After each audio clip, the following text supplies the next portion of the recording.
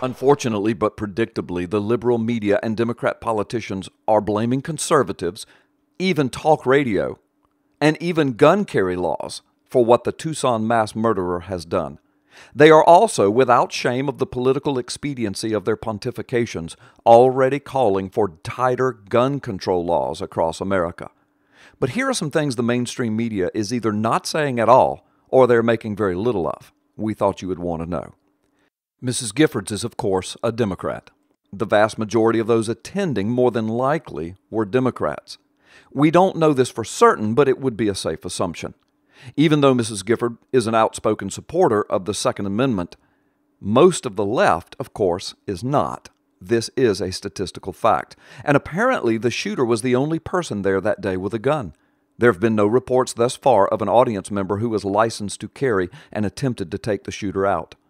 The shooter was tackled after a woman bravely interfered with the insertion of the second 30-round clip that Loughner was attempting to insert, and then several men tackled him. It took the police 10 minutes to show up. This is a good response time, but the entire atrocity was over in 30 seconds. While the left argues for tighter gun control, this incident shows once again that when law-abiding citizens are unarmed, the criminals have them at a deadly disadvantage. On Loughner's YouTube site, he lists among his favorite books the Communist Manifesto and Mein Kampf.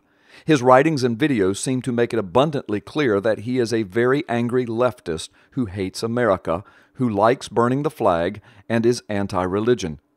It seems the mainstream media, dominated by the progressive left, is in full cover-up mode about these facts. And even Sheriff Dupnick, the Pima County sheriff in charge of this investigation, he is a well-known progressive liberal. He's now using the national spotlight to several times and without shame to push his liberal agenda on the rest of America. One of his quotes, "No doubt in my mind that when a number of people night and day try to inflame the public, that there's going to be some consequences from doing that, and I think it's irresponsible to do that." Really, Sheriff? So, inflaming rhetoric from high and important people inflame the public to violence? How about, Sheriff, when Democrat and progressive Barack Hussein Obama, speaking to Latino supporters, said, "Punish your enemies"? The enemies, of course, being those who politically disagreed with Obama and his listeners that day. Or they can come for the ride, but they got to sit in the back. Or how about this? The Cambridge police acted stupidly. Made by Barack Hussein Obama himself. One other shocking piece of information about this case. A review of Miss Gifford's YouTube site reveals a startling piece of information. While she has over 300 subscribers to her site, she has only subscribed to 2 other YouTube sites herself.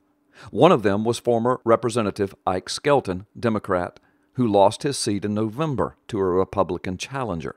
The only other person she had subscribed to on her YouTube site was her shooter, Jared Lee Loughner.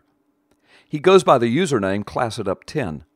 His YouTube site clearly identifies himself as Jared Lee Loughner.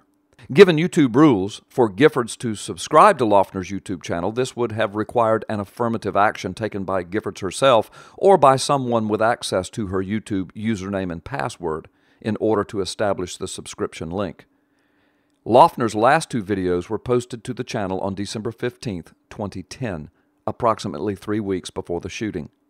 While it is now known that Loughner himself worked for Giffords' election campaign in 2007, and that Giffords subscribed to Loughner's website since October 25, 2010, suggests that the two may have been in contact more recently. As this case unfolds, you certainly need to know these facts. But my belief, and I've been watching what's been going on in this country for the last 75 years, and I've been a police officer for over 50 years, there's no doubt in my mind that when a number of people night and day try to inflame the public, that there's going to be some consequences from doing that, and I think it's irresponsible to do that.